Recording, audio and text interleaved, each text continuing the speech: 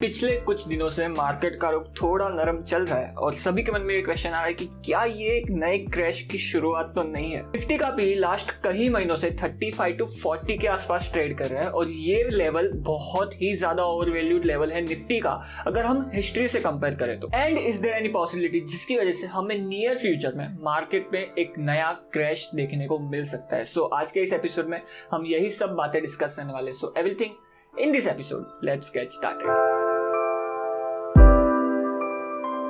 Hello guys, my name is Prateek. I hope you are doing well. And सबसे पहले तो हम फर्स्ट क्वेश्चन का आंसर्स डिस्कस कर लेते हैं। काफी दिनों से मार्केट का रुख थोड़ा नरम है, मार्केट गिर रही है। सो इसका मतलब क्या ये है कि ये एक नए क्रैश की शुरुआत है? And first of all I want to clarify कि मार्केट को प्रिडिक्ट करना नेक्स्ट टू इम्पॉसिबल है and I am no one जो मार्केट को प्रिडिक्ट कर पाएगा। बट कुछ डेटा पॉइंट्स की मदद से हम अज्यूम कर सकते हैं कि यस, ये मार्केट में हो सकता है एंड ये मार्केट में नहीं हो सकता। Anything can happen in the market at any point of time, but personally मुझे ये लगता है कि जितनी ज्यादा लिक्विडिटी अवेलेबल है right now in the market और ये लिक्विडिटी स्टॉप होने का कोई ऐसा साइन नियर फ्यूचर में हमें नहीं दिख रहा है। और ये लिक्विडिटी अगर कंटिन्यू रहती है तो जो FII और जो बड़े बड़े इन्वेस्टर्स है उनके पास बहुत ज्यादा ऑप्शंस अवेलेबल नहीं है ये पैसों को कहीं पे इन्वेस्ट करने के लिए। बिकॉज जो G-Sec यील्ड है यूएसए की 10 ईयर्स की वो अप्रोक्सीमेटली 1% के आसपास ट्रेड हो रही है, जो बहुत ही ज्यादा लो है। और इसी वजह से ये जो ज्यादा पैसा आया है इन लोग के पास, ये पूरा पैसा स्पेक्युलेटिव एसेट में डाला जा रहा है और one of the speculative asset is share market. और इसी वजह से मुझे लगता है कि ये जो थोड़ी बहुत गिरावट देखी है हमने लास्ट कुछ दिनों में मार्केट्स में,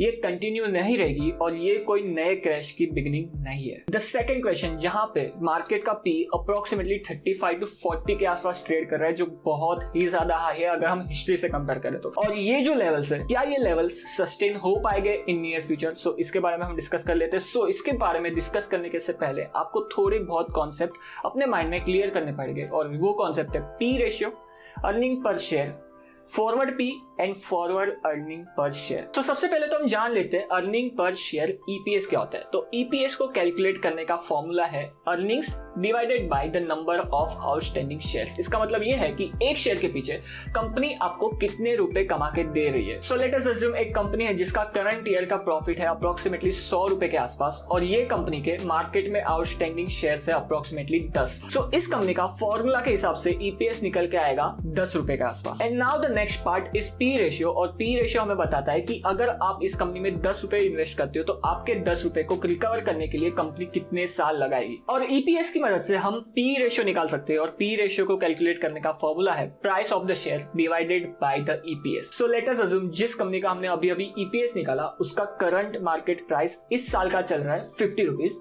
और इस 50 रुपीज के एक शेयर को अगर हम EPS से डिवाइड करें तो हमें इस कंपनी का पी रेशियो निकल के आएगा जो होता है 5। नाउ आई होप आपको EPS एंड पी रेशियो का कॉन्सेप्ट समझ में आ गया होगा। Now forward P and forward EPS निकालने के लिए आपको अपने कैलकुलेशन से ये अज्यूम करना पड़ेगा, ये अंदाजा लगाना पड़ेगा कि नेक्स्ट ईयर ये जो कंपनी है इसके प्रॉफिट क्या रहेगा। सो लेट अस अज्यूम हमारे इस एग्जांपल में करंट ईयर का प्रॉफिट था 100 rupees and next year for example ये कंपनी अपने प्रॉफिट को 100% बढ़ाती है। सो नाउ फॉरवर्ड प्रॉफिट इस कंपनी का निकल के आएगा 100 + 100 200 एंड ये 200 को अगर हम आउटस्टैंडिंग शेयर्स जो है मार्केट में उससे डिवाइड करें जो थे 10, तो इस कंपनी का EPS निकल के आएगा 20 रुपीज। और इस EPS को अगर हम करंट मार्केट प्राइस जो है 50 रुपीज इससे डिवाइड करें तो हमें P निकल के आता है 2.5। और इन्हीं सारे कॉन्सेप्ट को माइंड में रख के अगर हम इस करंट ईयर का निफ्टी का EPS देखें तो वो अप्रोक्सीमेटली 461 रुपीज के आसपास है। एंड नेक्स्ट ईयर जो FY 2022 रहेगा उसका फॉरवर्ड EPS एनालिस्ट के हिसाब से अप्रोक्सीमेटली 616 रुपए के आसपास रहेगा। और अगर हम इस 616 रुपीज को करंट निफ्टी के प्राइस से डिवाइड करें तो हमें फॉरवर्ड P निकल के आएगा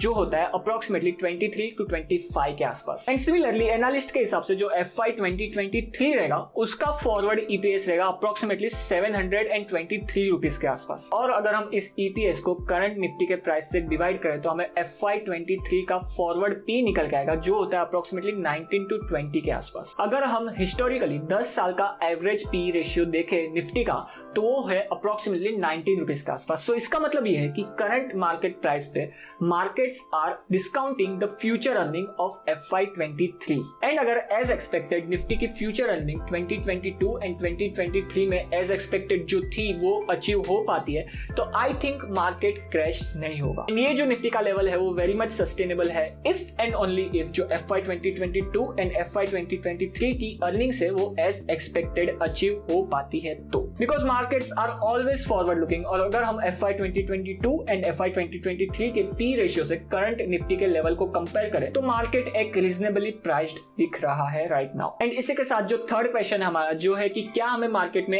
नियर फ्यूचर में एक नया क्रैश देखने को मिल सकता है या नहीं मिल सकता। सो इसका एक सीधा सा आंसर ये है कि अगर FY 2022 एंड FY 2023 की अर्निंग्स एज एक्सपेक्टेड नहीं आती है फॉर व्हाटसोएवर रीजन तो हमें मार्केट में एक नया डाउनफॉल देखने को मिल सकता है। And that is why I would suggest 2022 and 2023 की अर्निंग्स पे सभी इन्वेस्टर्स को बहुत ही अच्छे से ध्यान रखना चाहिए। On that note guys, thank you to be with me in this episode. इस एपिसोड को उन लोगों के साथ शेयर जरूर करना जिनको लगता है कि मार्केट एक ओवरवैल्यूड प्राइस पे ट्रेड हो रही है और मार्केट कभी भी क्रैश हो सकती है। एंड अगर आपको ये वीडियो पसंद आया तो लाइक किए बिना मत जाना इस एपिसोड को एंड इस चैनल को सब्सक्राइब कर दो बिकॉज मैं आप सभी के लिए ऐसे stock market, money market, finance और पैसों के बारे में वीडियोस लाता रहता हूँ। सो इस चैनल को सब्सक्राइब किए बिना मत जाना। मैं आपसे मिलता हूँ ऐसे ही किसी नए एपिसोड में, तब तक के लिए गुड बाय।